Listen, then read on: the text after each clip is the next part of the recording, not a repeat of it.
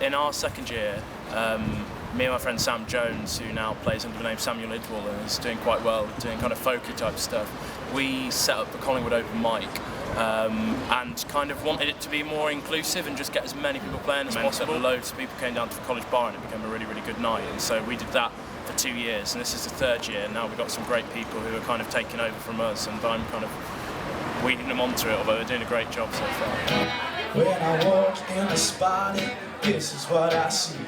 Everybody stops and stares at me. Got a passion in my pants, and I ain't a face showing. Ooh, I'm sexy and I know it. I'm sexy and I know it.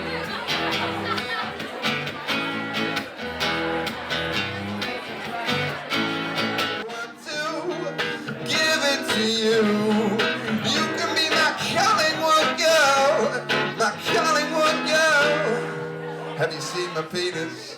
Nicknamed him Jermaine Genus. I love what he does.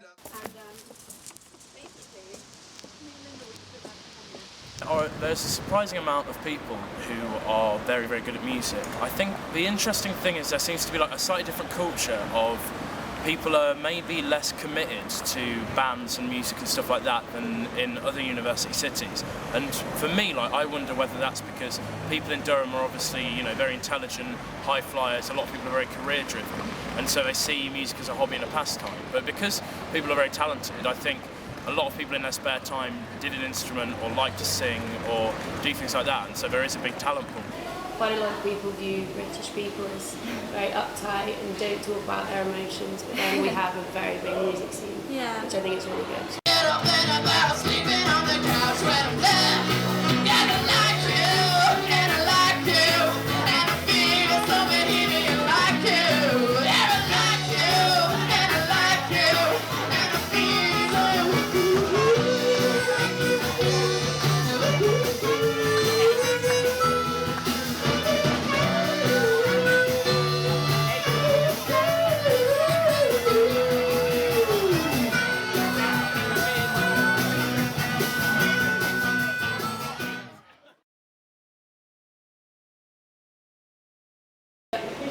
For kind of upcoming musicians or like singer-songwriters who are writing their own stuff, maybe they're not comfortable playing in front of big audiences. So and people they don't know as exactly. well. Exactly. College offers such an untapped stage. You know a lot of the people that are in the bar, and you know people are going to judge you. If you play a new song that you've written last week, everyone's always going to applaud no matter how good or bad it is. So it's kind of a good platform to start playing on, really. Exactly. There's a massive snowballing effect as well, because if you see someone playing and you think, oh, I can do that, and people start to play and then they feel more comfortable automatically, and I think the college environment really promotes that kind of like. I like to think that the open mic night here, sort of some of these people are sort of using it as a stepping stone maybe, and then from there they'll get involved a bit further, and that'd be really good to see.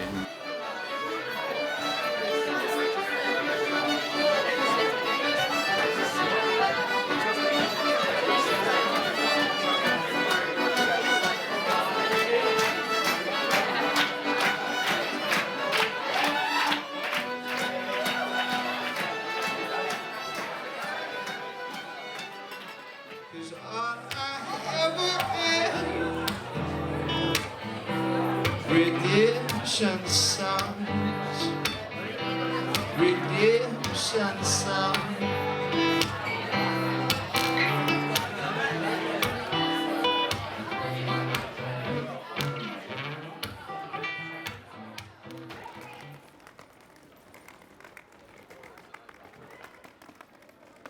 I mean, for me, I like the idea of kind of solidarity, and I think that music is more than just like listening to audio, and the subcultural side of it is very, very important. And I know that I think Durham is lacking a little bit on the subcultural thing, and there are different people who kind of work away and do things like there are bubble burning. It seems like a little bit disjointed, and I think like a good scene would potentially be where people are really interested in what everybody's doing, and there's a kind of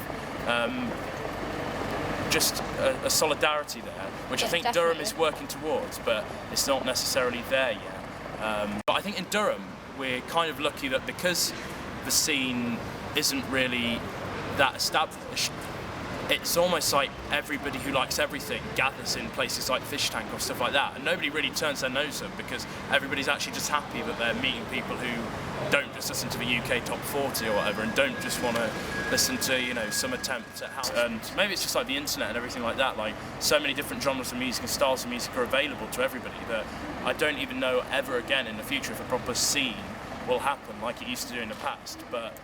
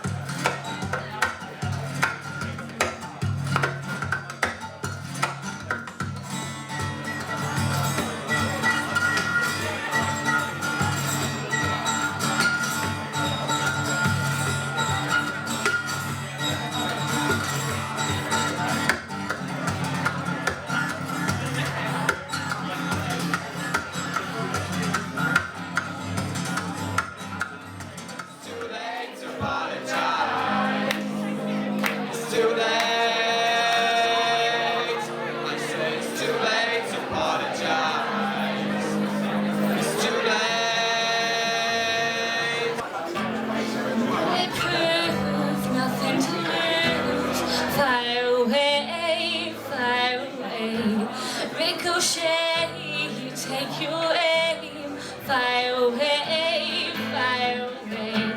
You shoot me down, but I won't fall, 'cause I am titanium. You shoot me down, but I won't fall, 'cause I am titanium.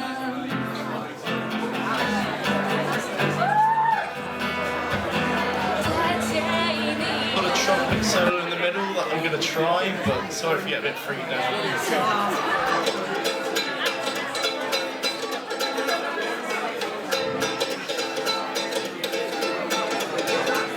Now I'm looking at the swingers, oh, the jungle VIP. I reached the top and had to stop, and that's what's bothering me. Now I wanna be a man called the band.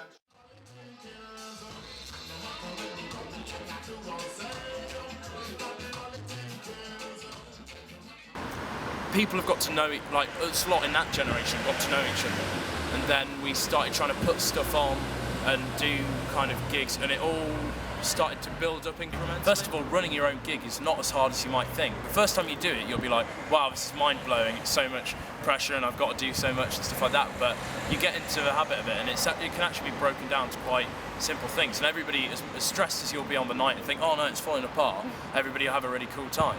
And if you've got an idea, then just make it happen, because, you know, people with ideas, if they can drive it forward, you'd be surprised how many people really do want to kind of make special things happen. And I mean, while you're at university and being creative, that's the time to do it. So.